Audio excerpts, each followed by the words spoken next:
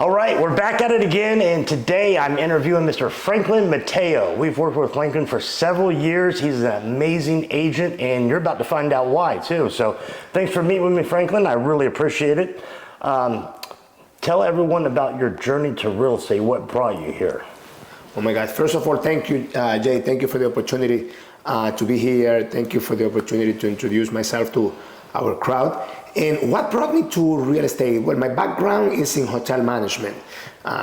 Born and raised in the Dominican Republic, grew up in a town called San Pedro de Macorís in the Dominican Republic. And from there I moved to the city of New York, where I went to school for hotel management. I worked in the hotel industry for around 15 years. And then from New York, I made my way to New York back in 2005.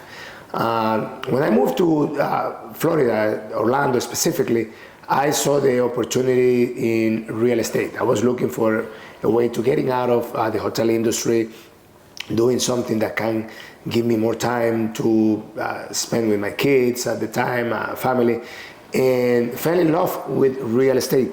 So I started my real estate journey, believe it or not, back in 2005. It's been 20 years in the industry, and I never looked back. Wow, 20 years. How old are you? No, Oh my God. just kidding. I started in real estate when I was about 5 years old. We'll cut that part out. No, that's fine. So before real estate, you did hospitality, hotel management, that type of stuff. What is your farm area? What areas do you serve? What areas do I serve? Well, main focus, single family homes, also work with many investors. And in the single family home, one of the ones that I'm really passionate about is working with military families. Why military? My two children both serve in the United States Navy.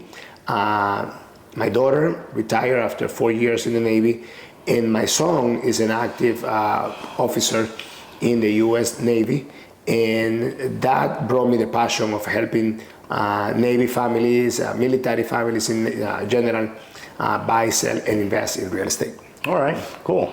So are there any particular types of loan products that you're familiar with or specialize in, whether it be FHA, VA, USDA? Mm-hmm. Well, speaking of military, one that I specialize is in VA, which is the loan for veterans, for active and retired military.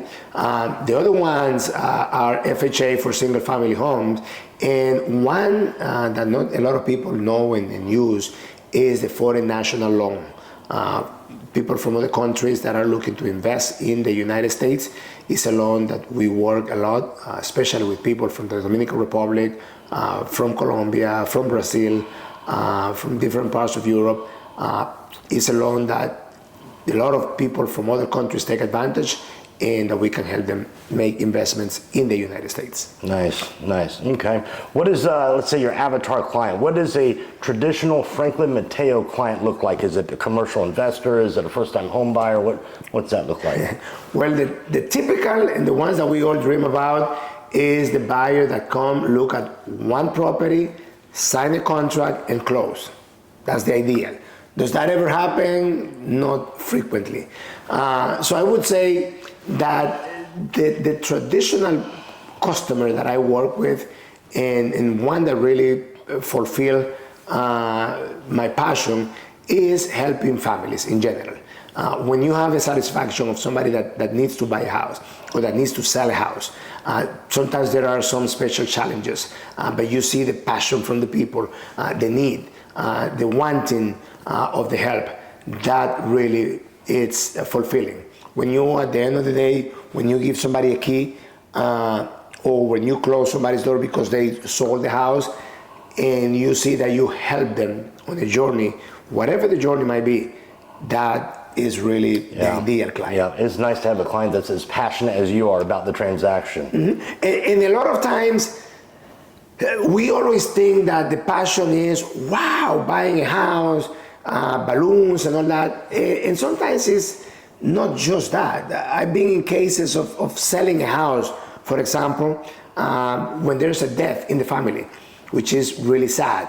But when you help a family that you can help them with the grief of the dead family and moving on, it is fulfilling. There are cases of divorces.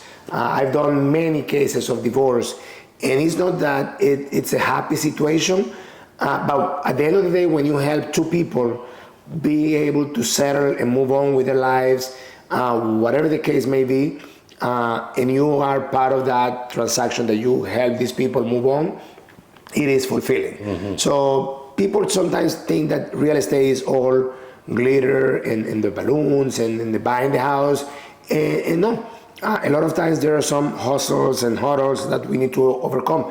Also, when you help a family, me being in the business for 20 years, and families that I helped 18, 17, 19 years ago buy their first house, and today I'm helping their children buy their first house. So it is fulfilling because you see that it's a family tradition, and you stay in contact with families that you can help through generations. Right, yeah, I agree. In your mind, what do you believe makes you stand out above other agents? How can you add value that's not, typical? How I'm not a typical agent, one thing that I bring to the table is that I'm bilingual, so I am very versatile with Spanish-speaking and English-speaking clients. Another one is my knowledge of military customers. One other thing that I bring to the table, and I think that helped me with my background, is the hotel business background. That in real estate, I apply the same thing that I used to apply in the hotel business. Happy customers will bring you referrals and will bring you more business and will help you grow your business. So customer service in my business is essential, because I understand that when you give a client the best customer service, they're going to tell somebody about it, and that will help you grow your business. Right, yeah. And as you can see, Franklin is very well spoken. I envy this guy. He can speak in front of a crowd, and it's amazing. So he keeps everyone engaged, which is unbelievable. But you were also telling me about your training for a marathon. Tell us about that. Oh my God. And I told Jay before we start recording that I hope it doesn't show on camera. But actually today was the last week of training before my next marathon, which is going to be in the Dominican Republic in Santo Domingo. This is the second marathon I'm going to be running. Last year I did the New York City Marathon, and this year I'm doing the Santo Domingo Marathon in the Dominican Republic. It's something that I started doing last year, and when I did the New York City Marathon, I did it through a fundraiser. I raised funds for a foundation called Tackle Kids Cancer, which help with kids research and raising funds for studies on that. And after that, I said, you know what, I'm gonna do another marathon, not just for filling my own goals, but also to help as inspiration to other people. And I always say that when you run a marathon, and somebody out there that I can inspire, running a marathon doesn't necessarily have to be physically running a marathon. I always tell people that you can choose your own marathon in life. Mm-hmm. Your marathon can be completing a course, finishing your studies, losing weight, getting healthy, getting a project that you never completed for years. So you can set that up as your own marathon, train, prepare, work for that, and complete it. So sometimes people think, oh, I don't like to run, I think I'm not going to run a marathon. Well, you can pick and choose your own marathon in life and complete it. And if I can help you, and if I can inspire you on that, then that's my goal, to inspire people, run and complete their own marathon in life through whatever they choose. A full marathon, 26 miles. That's a testament to your discipline. 26.2. Oh, yeah. Forget that. That part's important. The last part is the hardest part, too. So, outside of real estate and outside of marathons, what do you think your hobbies and passions are? What would you tell the people? Hobbies and passion. I love baseball. Grew up in the Dominican Republic playing baseball, watching baseball. So I'm a diehard baseball fan. Believe it or not, I'm a Seattle Mariners fan, and I'm an Atlanta Braves fan. Besides that, I enjoy the beach. I think that's one of the reasons why I moved to Florida 20 years ago, just to be close to the beach and just enjoy life with family, friends. I'm a tequila lover. I love tequila. But I always said that I drink tequila to enjoy tequila, not to abuse tequila. So just to enjoy it. Right, yeah, a healthy amount, so Yep. good, okay. So let's say someone's watching this video right now and says, I like that guy, I want to work with that guy, and they want to buy or sell a house. Once they contact you, what would be the next steps? Well, once you contact me, the first thing that we're going to do is an evaluation. It's an assessment, consultation to see what your needs are and how we can help you, how we can guide you. In that assessment, in that evaluation, that's what we're going to find out exactly if you are buying a house for yourself, if it's a single family home, if it's an investment property, if you need 3 bedrooms, if you need 4 bathrooms, how many people are moving into the house, if you need to be close to a school, if you need to be close to work, if you work from home, if you have a pet, if you have in-laws living with you, all those little details that sometimes people think, oh, I just need to buy a house. But yes, it's not just buying the house. It's figuring out what are all the things around that house. What will make that house a home? The other thing is to find out financing. Do you have a bag of cash that are you bringing to closing? Do you need to put that cash in the bank? Are you financing? Do you need to talk to a lender and get a pre-approved for a loan? So all those things we're going to put in place. Once we do that, if you need financing, then the next step, we're going to put you in contact with a lender that is going to get you pre-approved for a loan. Different pre-approval from pre-qualification. You don't want to be pre-qualified. You want to be pre-approved. When you are pre-approved, that means that you have a letter and you have basically a stack of cash that tell you, okay, you can go and buy a house for this amount of money. Then we go and hit the road and we'll find you the perfect home. Ideally, we're going to show you 3 or 4 homes and you're going to pick one from those. If it doesn't work on round 2, on round 1, we might do round 2. And once you get that home, then we're going to go through the process of getting you to close, which one of the first steps will be putting you in contact with somebody like Jay that will help you with the home inspection, then a home appraisal and all those other things that will get you to the finish line of moving into your new home. All right, so there's that initial orientation or agent-client interview process you go through.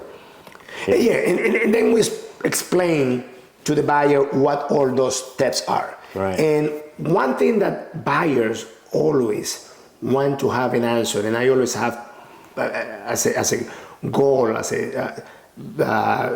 always to tell people that what is the next step.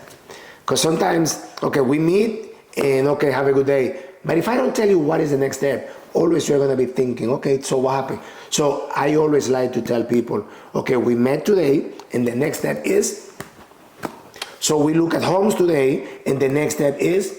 Which leads me to my next question. How often should you update a client and what communication platform do you use? Well, communication, ideally on a daily basis, especially on the first steps of the transaction.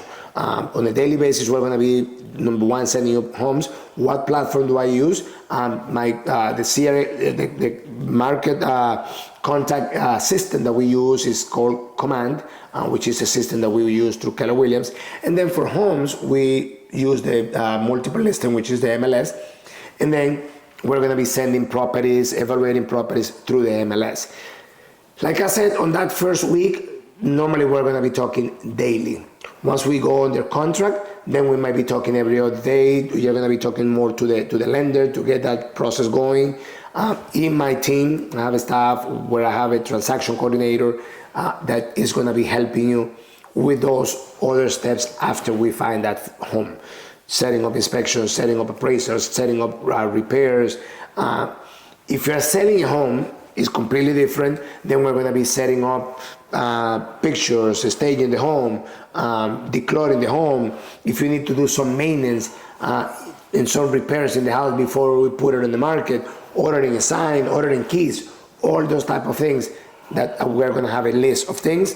And then remember, always the goal is to end the conversation with what's next. Yes, absolutely. I agree. 100%. Communication is key. And that's what frustrates a lot of buyers and sellers is, I haven't heard anything. Right. You know, they want to be updated. So yeah, I get that. When you are preparing a home to go live on the MLS list, what do you do to prep that client and that home to get ready to market? Well, two things. Number one, if the house is vacant, they don't live in the house, not much other than just probably repairs or things that need to be done. The process, we do more in the process when the house is occupied, that the person still live in the home.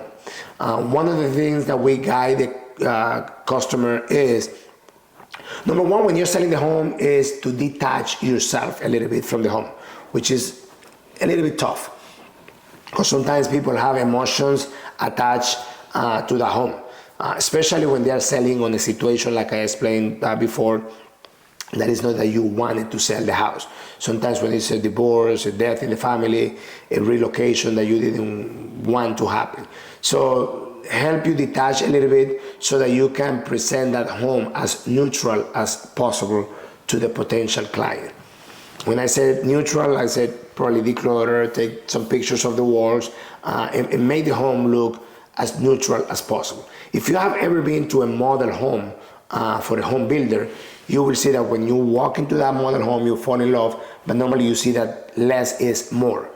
So the less decoration, the less things that you see in the house, the more appealing it presents, and the more you can appreciate the spaces in the home. So preparing the home, making it look appealing for a potential buyer before we hit the market. All right, okay. So can you remember a difficult time or obstacle, a challenge that you navigated through to get the clients to the closing table successfully? I know there's a lot that pop up. Inspections, appraisals, insurance. There's a few in 20 years. Actually, somebody was telling me the other day that I should write a book about that. But one that I never forget is a family. Actually, they were relocating from another state. And after they look at the house, we went through the whole process. One thing that we tell buyers, especially when they are financing, is, okay, when you start in the process of buying a house, and if you remember one thing from this interview is this: when you're in the process of buying a house and you apply for a mortgage, do not use your credit. Do not go and buy a new car. Do not go buy a new boat, a jet ski, and do not close any accounts. Don't do anything crazy with your credit. If you have any question, consult with your lender or consult with your realtor. So this family they found the perfect home. We go under contract. They get approved. Everything is moving along fine. And about 2 days before closing, they got so excited and they went to a famous furniture store and they bought all the furniture for the house with what? With a credit card. They applied for a new credit card for the store and they got everything ready to go to the house the day of closing. What happened? The day before closing, normally the bank will check your credit one last time. Couple things that banks will do, and they don't tell you sometimes, but they will check your banks, they will check your credit score to see if there's any change, and they will, in a lot of cases, call your employer to make sure that you still work at that place the day before closing. So if you're moving from another state and you quit your job 2 days before closing, you might not end up closing. Yeah. So that day, the day before closing, when the bank checked that they had opened up an account and it was a substantial amount of money on furniture, they told me that we couldn't close. So on that particular case, I need to get involved. They went back to the store didn't want to credit them or do anything. So I called the store, I spoke with the manager, they didn't want to do anything. So ultimately, I gave two choices to the store. I told them, well, we have two choices. Number one, you can cancel the transaction that they did with your store, and in 2 days, the customers will come back and they will reopen and they will buy still from you. That's number one. Number two, if you don't want to help them, then they are going to cancel because they're going to lose the home. And if they lose the home, then they don't need the furniture. And it's going to be a lose-lose. So after hours of back and forward, they decide to close the account, they cancel, they send a letter to the bank saying that no, that the account wasn't current, that they cancel it. We were able to close. We need to move the close in 2-3 days forward. And after closing, then they went back to the store and they end up buying their furniture. Yeah. But it was a scary nightmare. They already had everything in truck. They didn't have a place to live where they were coming from. So they were basically homeless if they didn't close on the house. But again, remember, never touch your credit once you start a home buying process. Great advice, yeah, and way to save the deal. That's impressive. Yep. So, do you typically work with buyers or sellers? Well, right now, my business is probably, I would say, 70% sellers, 30% buyers. So yeah, we work a little bit more with home sellers, but buyers, sellers bring buyers and buyers bring sellers. So it's a kind of a mix. Me personally, I work a little bit more with sellers. With my team, we have a team of home buyers, agent that would help me in the team that help us with those transactions as well. Right. Okay. So if someone is watching this video and several other videos and looking for an agent, what advice can you give them to look out for when they're shopping for an agent? Interview that agent. I would say, and I am so sorry because I was there too. But make sure that when you interview an agent, ask questions. How long have you been in the business? It's the same like when you're working with a doctor. You don't want to get a brain surgery with a surgeon that is doing the first surgery. You want to make sure that they've done plenty of surgeries because you're putting the biggest investment of your life, of your family in the hands of that person. So make sure that it's an agent that is experienced. Number two, make sure that it's somebody that works real estate, that is a full-time realtor. Sometimes I've been in transactions and I feel so bad when a buyer is working with an agent that has a full-time job at somewhere else, at a drugstore. And you're on the other side of that transaction dealing with that agent. With that agent, okay. Right. And then the agent cannot answer the phone during the day because they are at their job. In real estate, they just do real estate couple hours at night. So make sure that the person is full-time in real estate. Also, find out what areas they cover. You don't want to move to Orlando and work with an agent that their area of expertise is Miami. If your area of expertise is Miami, Tampa, Sarasota, make sure you work somebody in that particular market. Even though we are licensed to sell in the state of Florida or whatever the state is, you want to work with somebody that is an expert in their particular market. Right, yeah, specialize in that area. And reviews, check reviews on people. Check reviews, yes. Yeah. Check reviews, very important. There are sites like Google, Zillow, Realtor.com. AI, ask AI who are the local experts, who are the local real estate agents that you can trust, and you can choose from there. But once you talk to that agent, make sure that the agent works in that particular area and that they are fully devoted to working with buyers and sellers in that market. Okay, good stuff. I like it. So what's one piece of advice that you wish sellers knew and buyers too? So two-part question here. Before going to a transaction, what do you wish that sellers knew? Sellers, I would give them an advice that the market changed. The market changed. I've had a lot of times interview with sellers that they want to sell a house today, and they are thinking that the price of the house is what the house was worth 3, 4, 5 years ago. And no, the real estate market fluctuates and adjusts. Sometimes it adjusts on a weekly, monthly basis, because if the house next to you sold for a price, then that indirectly is going to affect the value of your home. If it sold for higher or if it sold for lower. So adjust and study the market. or find an agent that is starting the market that can help you understand where you are today. Another thing, everything that you add to your home doesn't necessarily add value to the home. There's a lot of things that the sellers add to their homes that is for their own enjoyment. And at the time that they're going to sell the house, they think that that's going to add them hundreds of thousands of dollars. And that's not the case. Well, I add a jacuzzi jet tub in the bathroom. Well, you add that to enjoy it. That necessarily is not going to add $20,000, $30,000 to the value of the home.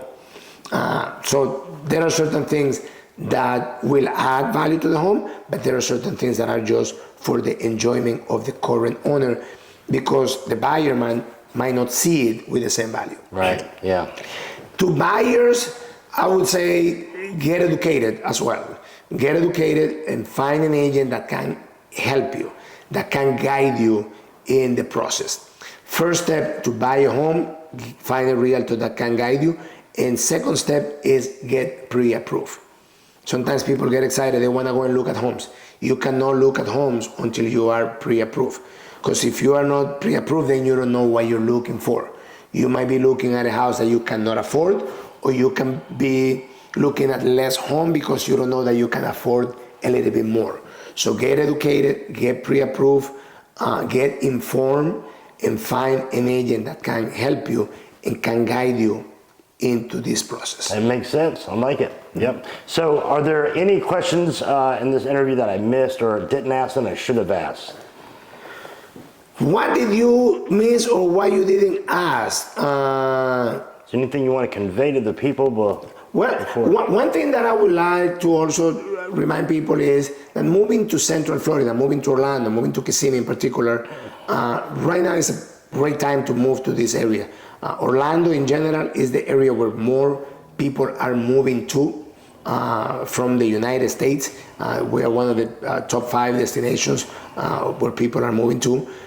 Growth, Orlando, Kissimmee in general are areas that keep growing, adding jobs, adding attractions, and adding things to make this area more appealing for people to come.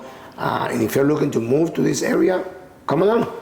Welcome aboard. Right, good stuff. All right, I like it. So there you have it, folks. Another interview with a top agent. Franklin is amazing. So if you want to reach out to him, all of his info is below. Feel free to contact him anytime. And thanks for doing this. I appreciate it. Thank you very much. Like I said, if you need anything with home inspections, Jay, great partner and somebody that we really rely on to help our buyers and sellers at the time of making the home inspection. Thank you, Jay, for the opportunity. All right. And look forward Thank to you. a great, longer relationship. Okay, that's it.